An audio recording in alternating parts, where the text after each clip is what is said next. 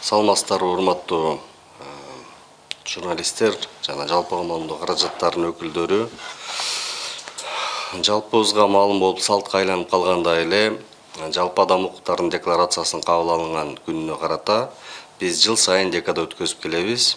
Адам укуктарынын жалпы декларациясына быйыл 76 жыл болуп атат. Ал 48-жылы 10 декабрда кабыл алынган. Ошого карай Юстиция министрлиги жана башка ошондой эле адвокаттык коомчулугу, юристтер жана жогорку окуу жайдагы мугалимдердин жана студенттерди тартуу менен биз масштабдуу декада өткөзүп келет. Быйыл дагы 2-декабрдан 11-декабрга чейин өтүп, жалпысынан 10.593 жаранга жардам көрсөтүлдү. Бунун эмне өзгөчөлүгү? Укуктук маселелерди, укуктук мыйзамдык базанын жаңыланышы менен ар кез сайын пайда болгон суроолор боюнча жарандар менен туруктуу агартуу ишин жүргүзүп туруу бул Юстиция министрлигинин алдындагы юридикалык жардам кызматына ыйгарым укуктарына кирет. Буга чейин дагы юристтер күнүнө карата, андан сырткары Конституциянын кабыл алынган күнүнө карата дагы акциялар жүргүзүлүп келүүдө. Жалпы маалымда каражаттардын ошондой эле социалдык тармактардын өнүгүүсү менен ал жүрүүлөрдү, ар түрдүү суроолорго алган кеп кеңештерди укуктук онлайн түрүндө дагы көрүүгө болот. Бүткүл республиканын, райондун борборлорунун, шаарлардын борборлорундагы алдын ала жарыяланган дарек боюнча өтүп, бүткүл мамлекеттик органдардын катышуусунда акысыз өткөзүлүп келүүдө. Бунун өзгөчөлүктөрү бул ушул жарандарда пайда болгон укуктук маселелерди алгач маселенин башынан баштап, пайда болгон учурдан баштап чечүүгө көмөктөшүү керек. Анткени анализ, маалымат изилдөө, тарыйыздөө көрсөткөндөй, убагында туура берилген укуктук кеңеш бул 60% укуктук кесепеттердин алдын алат. Эң көп кайрылган жарандар боюнча статус боюнча азыр жана алардын региондору боюнча Акжол Сабырович айтып кетсе болот. Чоң рахмат, урматтуу журналисттер, урматтуу мессенджердин көрүүчүлөрү. Эске салсак, укуктук жардам декадасын өткөрүүнүн негизги максаты, Орозбек Кадырбекович айтып кеткендей, айрыкча ушул калктын аялуу топторунун укуктук корголуу деңгээлин жогорулатуу, ошондой эле юридикалык жардам берүү, юридикалык жардам сөзсүз акысыз берүү, укуктук агартуу багытында иш-чараларды жүргүзүү, сот адилеттине жетүүгө камсыз кылуу болуп эсептелинет. Орозбек Кадырович айтып кеткендей, бул декадага биз салттуу болгондо жыл сайын өткөрүп келүүдөбүз. Декадага бүт мамлекеттик органдардын өкүлдөрү, өз алышча башка органдардын өкүлдөрү жана юрист адвокаттар бардыгы катышууда. Декадабыз 11-декабрга чейин жүрүп, 2-декабрдан 11-декабрга чейин мына бүгүн жыйынтыгын чыгарып жатабыз. Мен эми кыскача статистика боюнча айта кете турган болсом, жалпысы 10.593 жаранга биз укуктук консультация берүүгө жетиштик. Бул 23-жылга салыштырмалуу 2 эсе көбөйдү. Себеби биз ушул декадабызды масштабтуу түрдө жүргүзүүнүн себеби болду. Андан сырткары декаданын алкагында биз мобилдик чогууларды уюштурдук. Атап кетсем, биз ушул түзөтүү мекемелерине уюштурулган мобилдик чогуулар болду. Натыйжасында 210 адамга акысыз юридикалык жардам көрсөтүлдү жана 100дөн ашык адамга акысыз адвокаттар дайындалып берилди. Андан сырткары биз агартуу багытында тийиштүү иш-чаралар жүргүздүк. Декаданын алкагында 10.000ден ашык ар кандай материалдар таркатылды, чыгарылды. Ошондой эле жогорку окуу жайларында тийиштүү лекциялар, семинарлар өткөрүлдү. Мектептерде окуучуларга дагы тийиштүү иш-чаралар жүргүзүп, ошол эле учурда биз ушул декадага карата ушул конкурстарды уюштурдук. Адамдардын укуктарына байланышкан, арналган конкурстун алкагында дагы бир топ биздин окуучуларыбыз катышып, тийиштүү белектерин алууга жетишти. Андан сырткары биз онлайн режиминде дагы түзмө түз иш алып бардык. Жарандар консультация алуу үчүн телефон аркылуу байланышууга чыгышты, мессенджерлер аркылуу, телевидение аркылуу жана башка радио аркылуу дагы биз ушуну консультация берүүгө жетиштик. Эми жалпысынан айтып кеткенде статистика боюнча 10.590 жаран консультация алды. Социалдык статусу боюнча көбүнчө жумушсуз адамдар кайрылууда 4289. Адан кийин иш менен камсыз болгон адамдар бул 2695. Адан кийин пенсионерлер 2477 пенсионер кайрылды. Адан сырткары аз камсыз болгон үй бүлөдөгү ушу 1000ге жакын жарандарыбыз кайрылып, аларга дагы консультация берүүгө жетиштик. Дагы баса белгилеп кетүүчү нерсе, биз сөзсүз ушул ден соолугу мүмкүнчүлүгү чектелген жарандарыбызга дагы ошол жерлерге чыгып жардам берүүгө жетиштик. Ошол менен бирге жаш жетелек биздин жаш бөбөктөр балдарыбызга дагы тийиштүү консультациялар бердик. Жарандык статусу боюнча басымдуу бул Кыргыз Республикасынын жарандары 90%дан ашуу түзөт. Ошол менен бирге биз чет өлкөлүк жарандарга дагы жардам берүүгө жетиштик. Жарандыгы жок адамдарга дагы консультация алууга мүмкүнчүлүк алышты. Эми анализдеп көргөндө көбүнчө суроолор 80% суроолор биз ошондой бир кызыктуу бир жыйынтыкка келдик. 80% суроолор бул үй бүлөлүк маселелер боюнча кайрылуу болду. Биз билебиз, азыркы учурда өтө чоң маселе болуп турат, актуалдуу маселе үй бүлөлүк маселелер, бул алимент маселеси, жана мүлк бөлүштүрүү иши, балдардын укуктарынын корголушу, ошол багытта көптөгөн суроолор болду. Кийинки өтө мындай бир актуалдуу суроолор боюнча бул документтештирүү маселеси, суроолор жана жер маселелери боюнча көбүнчө суроолор болду. Андан сырткары социалдык камсыздоо боюнча суроолор жана менчик укуктары жана мураска байланыштуу суроолор болду. Кыскасы ушул статистика боюнча ушундай маалымат болду. Эми бул жерде баса белгилеп кетишибиз керек. Бул иш-чарабыз ушу бир эле ушул декада акциялар менен чектелбейт. Консультациялык укуктук жардам күн сайын биздин ушул ар бир райондо 44 райондо офистерибиз аркылуу иш алып барабыз. Ал жерде биздин жарандарыбыз түзмө түз келип саат 9-дан 6-га чейин иштейт. Тийиштүү кызматкерлерибиз ушул укуктук маселе болсо чечип берүүнүн үстүнөн иштешет. Адан сырткары ошол эле жерде сот өндүрүшүнүн алкагында маселе чечиле турган болсо, ошол мыйзамга дал келген жарандарга дагы мамлекеттин эсебинен адвокат дайындап берүүгө дагы мүмкүнчүлүк алышат.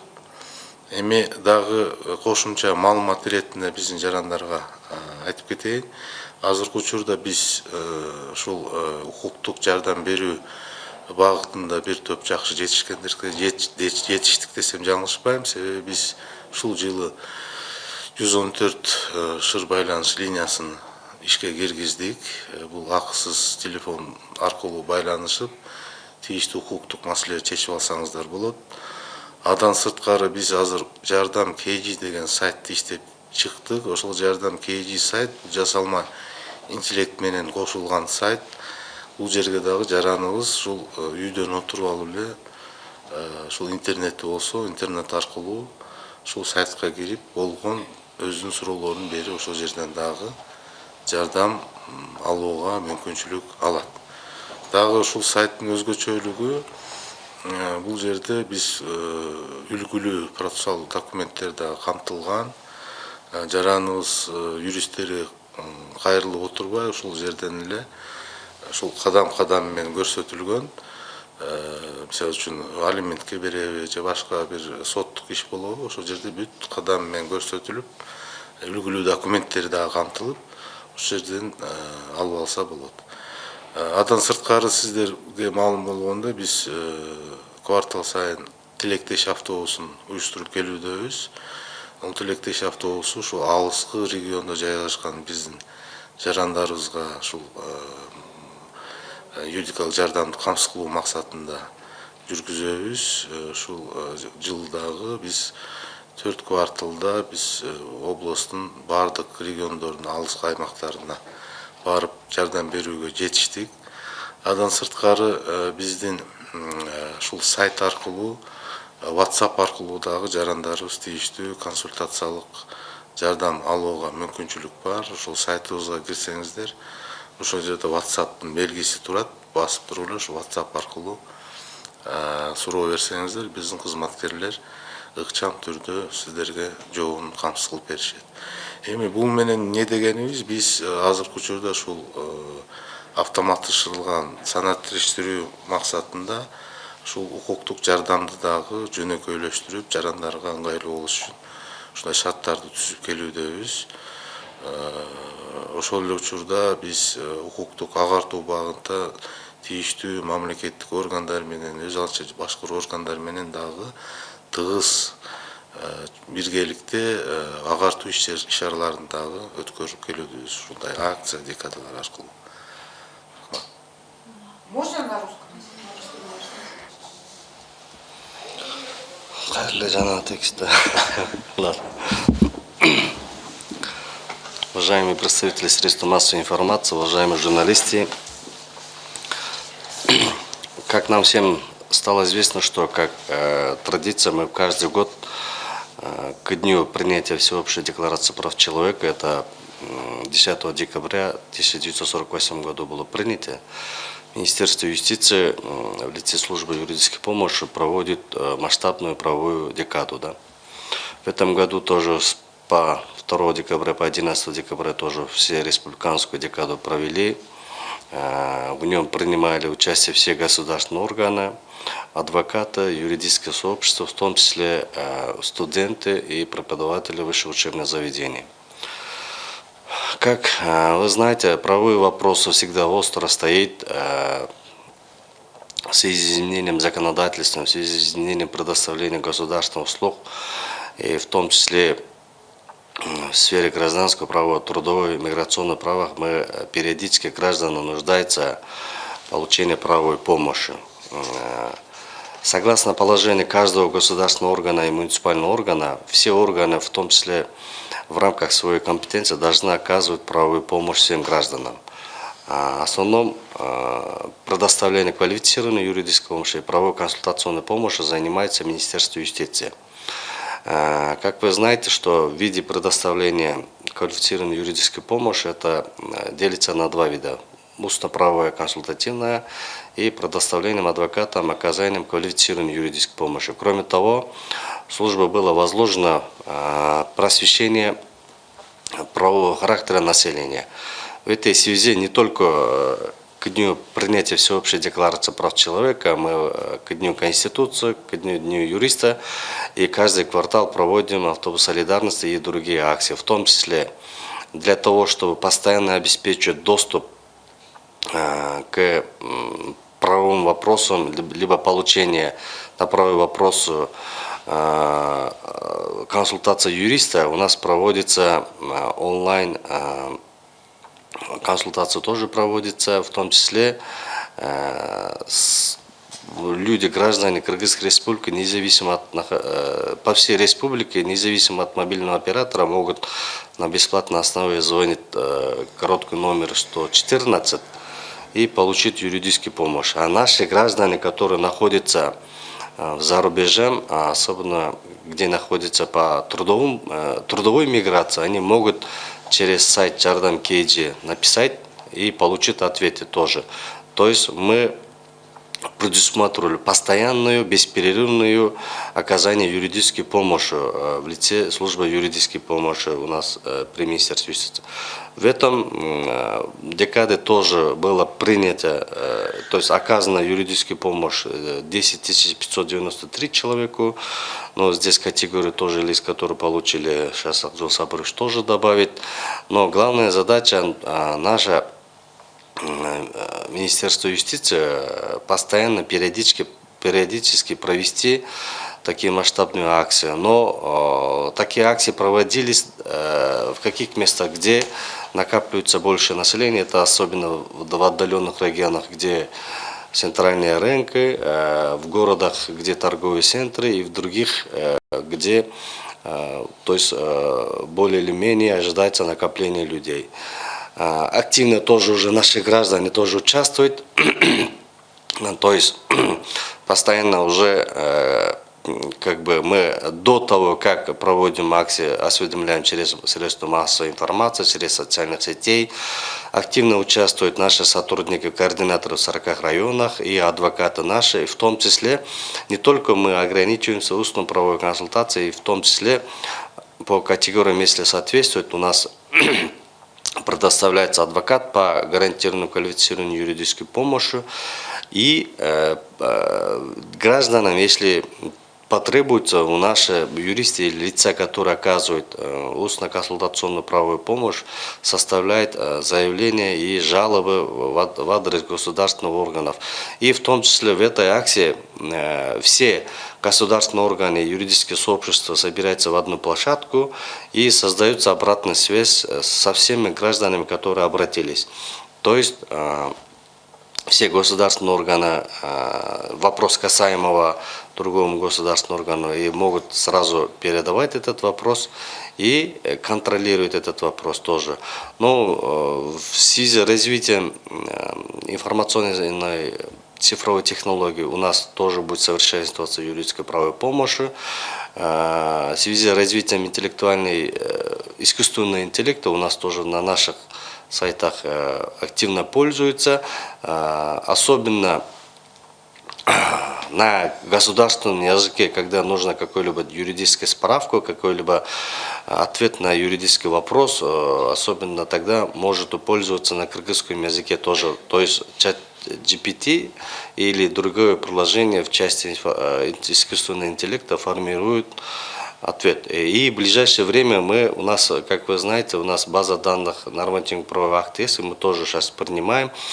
То есть до того, как, если юристы либо граждане просто искали на вопрос, юридического вопроса ответ в законодательстве, сейчас могут чат GPT или другим приложениям могут задавать вопрос и получать ответы. Сейчас передам слово Сабурчу по части статистики. Да? Добрый день, уважаемые журналисты, уважаемые подписчики и слушатели. Я в свою часть хотел бы остановиться вкратце на статистике по итогам оказанной декады. Как сказал Урузбек Кадырбекович, мы оказали более чем 10 тысячам, а если точнее 10 593 гражданам бесплатную юридическую помощь.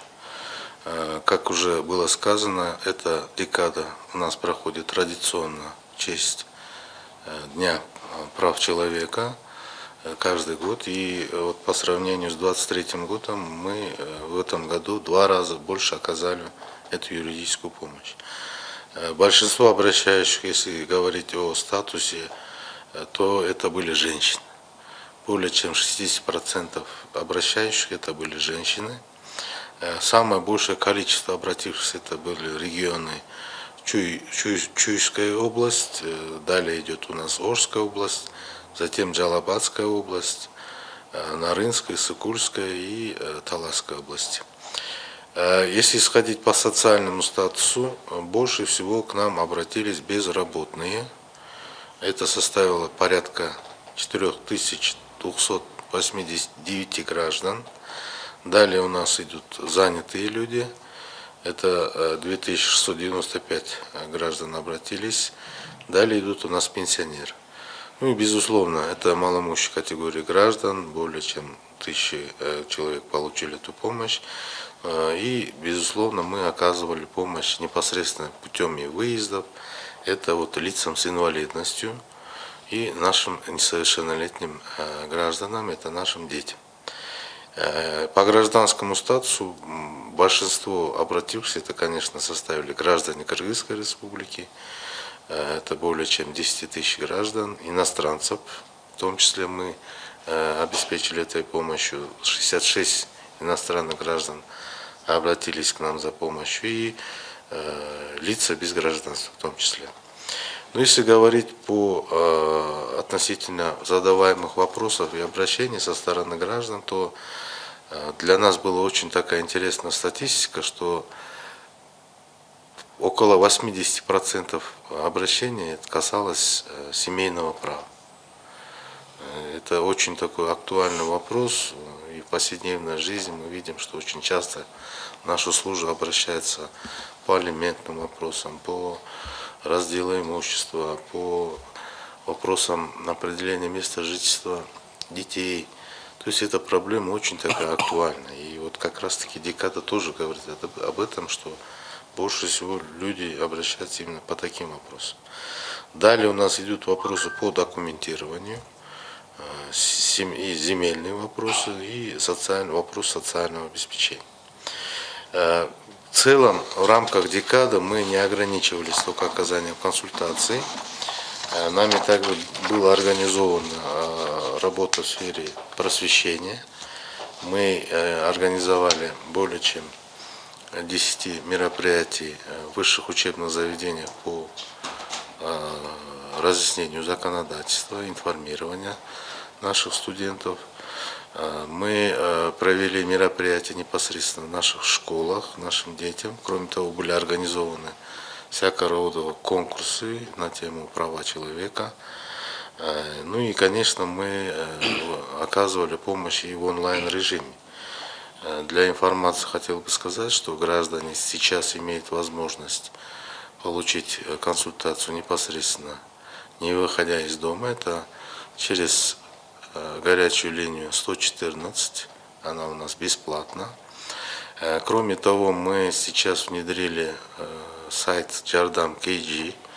Этот сайт представляет собой возможность граждан через интернет получить интересующие ответы на свои интересующие вопросы ответы. Она уникальна тем, что туда внедрена система искусственного интеллекта. То есть, если человек не нашел там ответы на свои вопросы, он может обратиться непосредственно на этот сервис, и она уникальна тем, что она скормлена законодательством Кыргызской Республики и на простом человеческом языке выдает ответ. Также она уникальна тем, что через этот сайт можно получить образцы необходимых документов, пошаговые инструкции к обращению в тот или иной орган или в суд. То есть тем самым мы облегчили для граждан обузу обращения к юристу, мы помогли им сэкономить определенные денежные средства на юристов. То есть мы создаем такие условия, чтобы граждане могли иметь возможность получить соответствующую правовую помощь.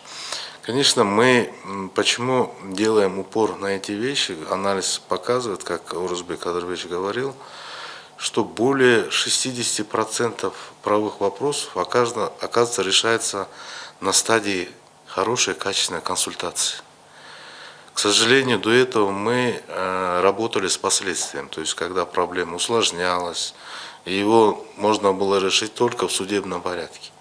Вот тогда только государство подключалось, предоставляло адвоката, и порой даже в суде мы не могли законным путем разрешить эти вопросы, поскольку изначально этот человек чуть-чуть пошел не по правильному пути. То есть ему не было вначале дано хорошее правовое направление. Вот поэтому Министерство юстиции сейчас делает огромный упор на именно так называемую первичную юридическую помощь. То есть это в первую очередь просвещение, то есть люди, которые еще не столкнулись с этой проблемой, но мы хотим им привить, проинформировать об их правах, об их обязанностях. Но если человек столкнулся с проблемой, мы начинаем на первоначальном этапе быстренько направлять и разрешать его проблему. Еще один такое новшество в сфере юридической помощи – это обязанность внедрения консультационной правовой помощи для оказания всеми другими субъектами системы, которыми являются все государственные органы и органы местного самоуправления. То есть мы говорим о том, что каждый государственный орган в пределах своей компетенции обязан оказать консультацию. То есть первичное такое направление. И эту функцию мы как служба будем координировать. Сейчас мы разработали CRM-систему. Это электронный онлайн-сервис. Мы со следующего года уже будем подключать все государственные органы. То есть человек, обратившийся в тот или иной государственный орган, обязательно его обращение фиксируется. Если человек обратился в не тот орган, то этот орган, к которому человек обратился, перенаправлять через эту систему в тот орган, который разрешает этот вопрос. Уникальность этой CRM-системы в том, что мы также позаботились о потенциале непосредственно человека, который дает консультацию. К сожалению, у нас, надо признать, что в частности в отдаленных наших регионах специалисты айли өкмөтов, государственных некоторых органов, к сожалению, потенциал не такой уж высокий для того, чтобы дать ему такую качественную консультацию. Поэтому мы туда внедрили электронную базу данных, то есть консультант, если человек обратился с каким-то вопросом, этот консультант носит ключевое слово, и эта база данных выдает ему ответ. Тем самым он дает правильное направление обратившимся, ну и плюс повышает свой потенциал в той или иной отрасли права. Всю эту работу мы, конечно, будем координировать. Каждое обращение будет фиксироваться, мы его будем сопровождать до конечного результата. Система позволит нам видеть, в каком регионе, в каком районе, даже в каком АЭЛе, по каким вопросам больше всего люди обращаются. У нас в службе создан мониторинговое управление, она полностью мониторит эти все обращения, анализирует и делает рекомендации. К примеру, возможно, есть проблемы в законодательстве. Почему этот вопрос возникает? Возможно, это человеческий фактор, то есть тем самым мы, обобщая практику, анализируем, делаем выводы и делаем упор на разрешение этого вопроса. Вот, к примеру, в рамках декады мы выявили, что очень много по семейным вопросам обращается. Мы теперь даже знаем, в каком регионе, в каком АЭЛе этих вопросов больше всего. И путем анализа мы со следующего года начнем делать упор для разрешения этих вопросов точно в тех районах, где эти вопросы возникали. Это и различными, у нас есть своя методика, различными такими методами. То есть тем самым мы хотим сейчас сделать упор на первичную помощь, на раннюю стадию разрешения этих правовых вопросов. Еще одно такое новшество, сейчас этот вопрос рассматривается, вот Орузбек Адырбекович как раз возглавляет эту рабочую группу, вопрос медиации. Вы, наверное, слышали, есть институт медиации. Это очень такой, по ментальности, очень подходящий к нашему населению институт. Это, говоря простым языком, примирение сторон. Это такой альтернативный способ разрешения спора. К сожалению, у нас этот институт на протяжении 6-7 лет, как принят закон, таковой особо себя не дал своих результатов, поэтому Министерство юстиции взяла этот вопрос под свое, так скажем, крыло и хочет этот институт развить. Сейчас разработана новая редакция закона о медиации. Ну, в части бесплатной помощи мы тоже хотим этот институт также внедрить в нашу систему. То есть это будет такой трехэтапный подход разрешения правового вопроса. Это правовая консультация. Если вопрос там не разрешается, мы будем пытаться разрешать вопрос путем медиации, то есть путем примирения. Если вопрос там уже не разрешается, тогда уже мы подключаем так называемую, в кавычках, нашу тяжелую артиллерию, да, наших адвокатов. По адвокатам это отдельный вопрос. Я хочу сказать, что сейчас там тоже идет определенная у нас реформа. В первую очередь мы подняли тарифы для этих адвокатов. Если мы хотим качественную работу, естественно, мы должны поднять тариф. И благодаря нашему президенту, который дал поручение рассмотреть этот вопрос. Вот с прошлого года бюджет на только оплату труда составляет порядка 130 миллионов сом. Для сравнения скажу, в 2017 году этот бюджет составлял всего лишь 15-16 миллионов. Это считайте в сколько раз. Ну, параллельно, конечно, мы работаем над улучшением качества предоставляемых адвокатами услуг. Мы внедрили так называемые стандарты качества, это минимальные требования к адвокату, при выполнении лишь которых адвокат будет иметь возможность получить гонорар, и мы готовы ему оплатить. Но если он гонорар то есть стандарт не отрабатывает, соответственно, он не получит положенные ему деньги. Результаты оказанной помощи в рамках вот так называемой вторичной помощи, это вот адвокатами, она позитивная.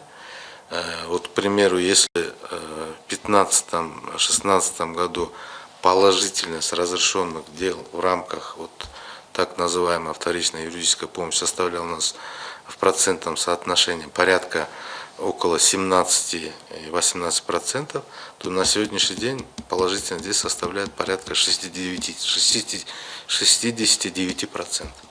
Это очень хороший результат. Но мы понимаем, что есть проблемы. Мы работаем над повышением потенциала наших адвокатов.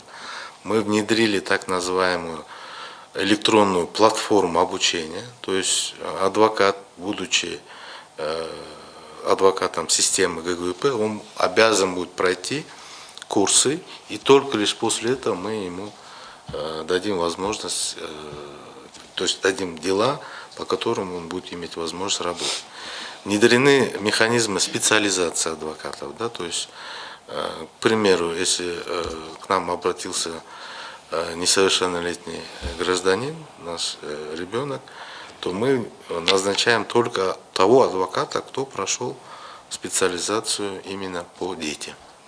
У нас есть специализация по делам, связанным с наркотиками. Это очень такая уникальная у нас специализация была. Мы, когда повышали потенциал, мы параллельно обобщали практику.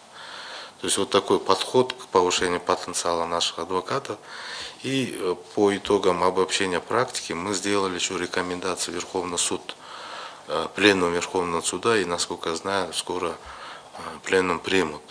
И плюс мы договорились разработать настольную книгу для адвоката и судьи по вопросам, делам, связанным с наркотиками. Это такой очень специфический вид преступления, поэтому вот таким образом мы работаем над улучшением качества работы адвоката.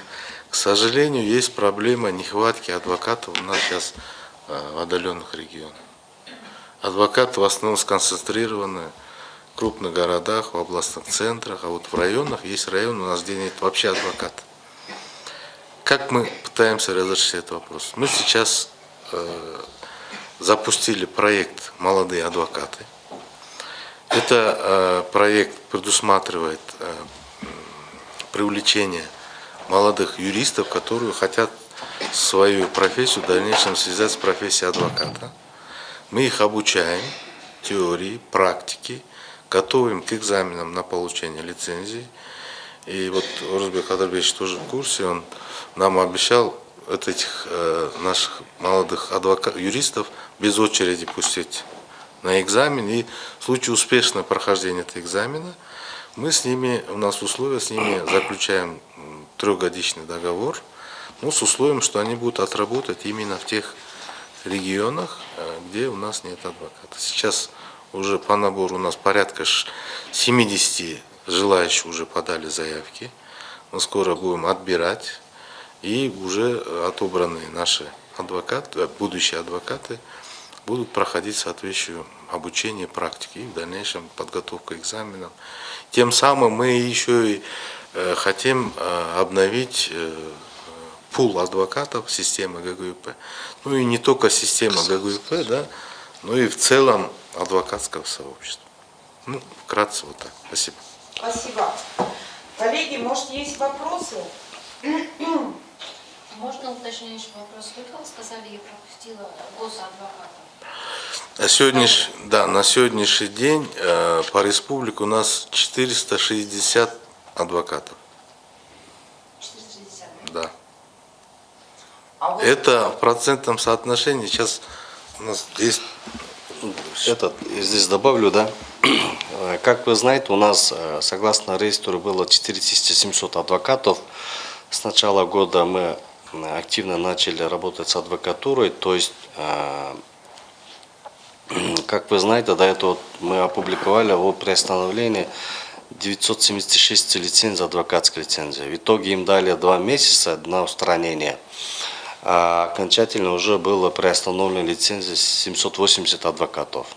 То есть очищение идет. Это очищение в каком смысле? Просто это те лица, которые получили в свое время адвокатскую лицензию и не предприняли никакого шага. То есть в части повышения квалификации, в части выступления самоуправлением организации адвокатуры, осуществляли самостоятельную деятельность.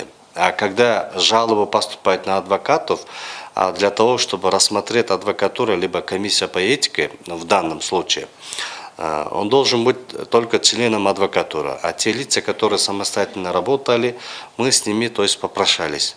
То есть, если адвокат хочет быть адвокатом, он должен соблюдать требования закона, выступить в членство адвокатуры, периодически повышать квалификацию, потому что периодически у нас законодательная база изменяется, то есть пополняется. Поэтому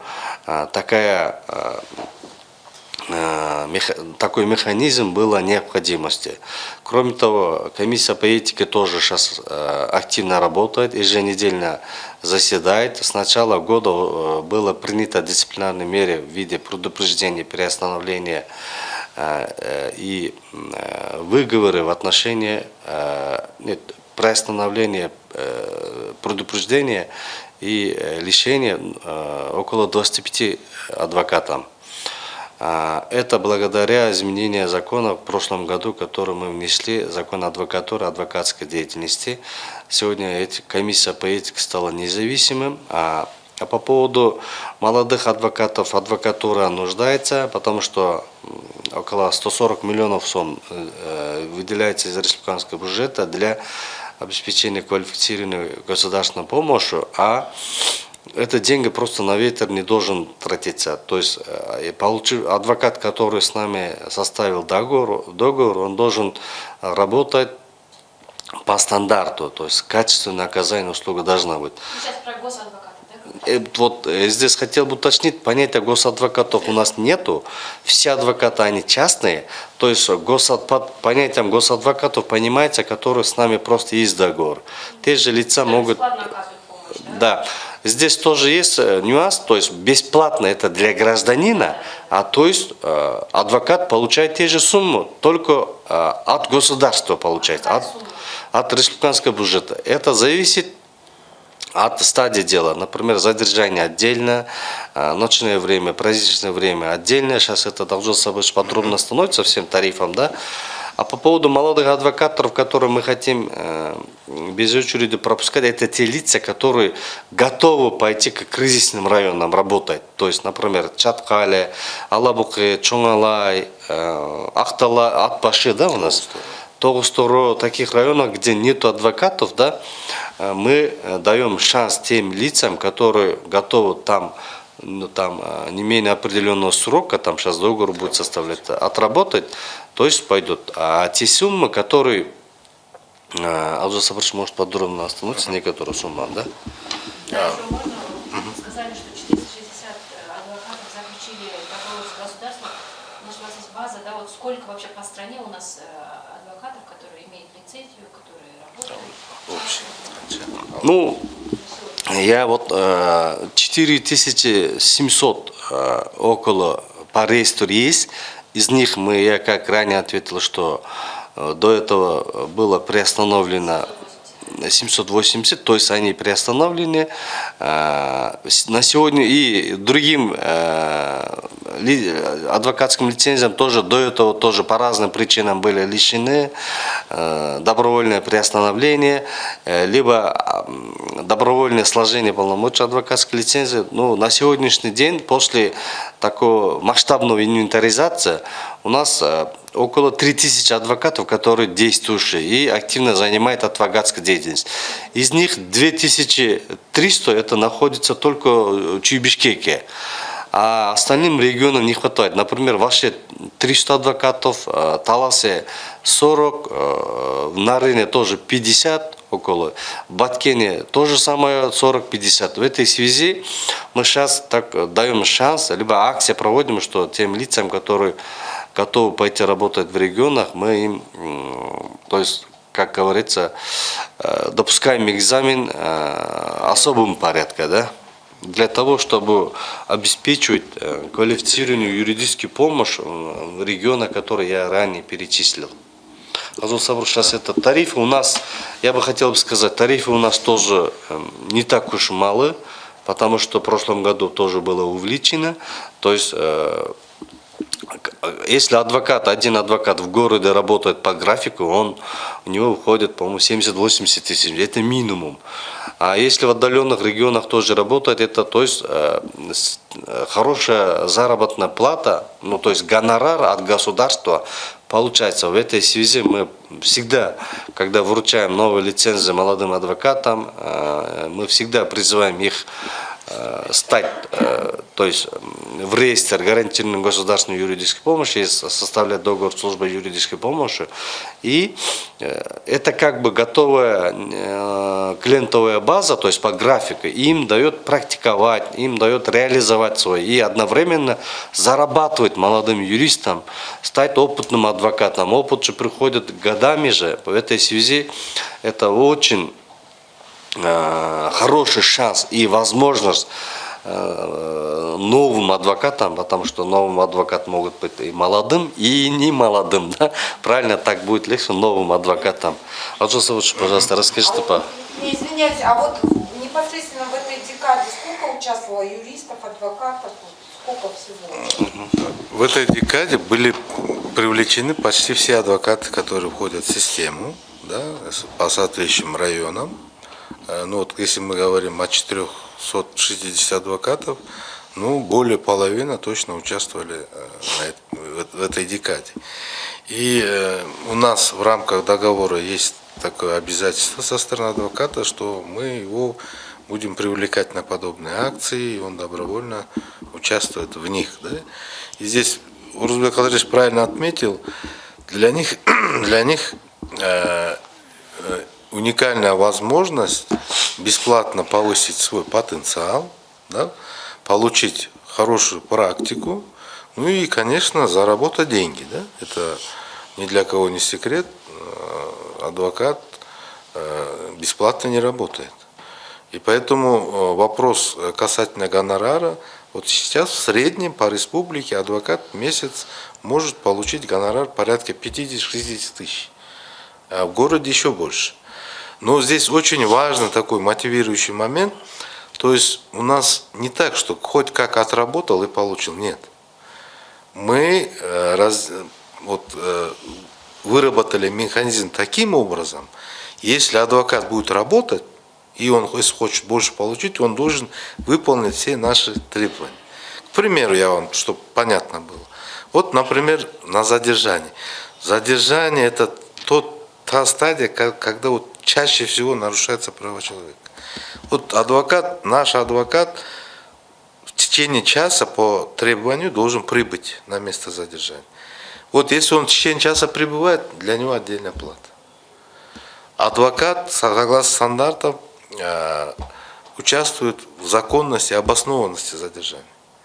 Для него это отдельная плата. Если он в суде доказал необоснованность, законность задержания, для него еще доплата идет.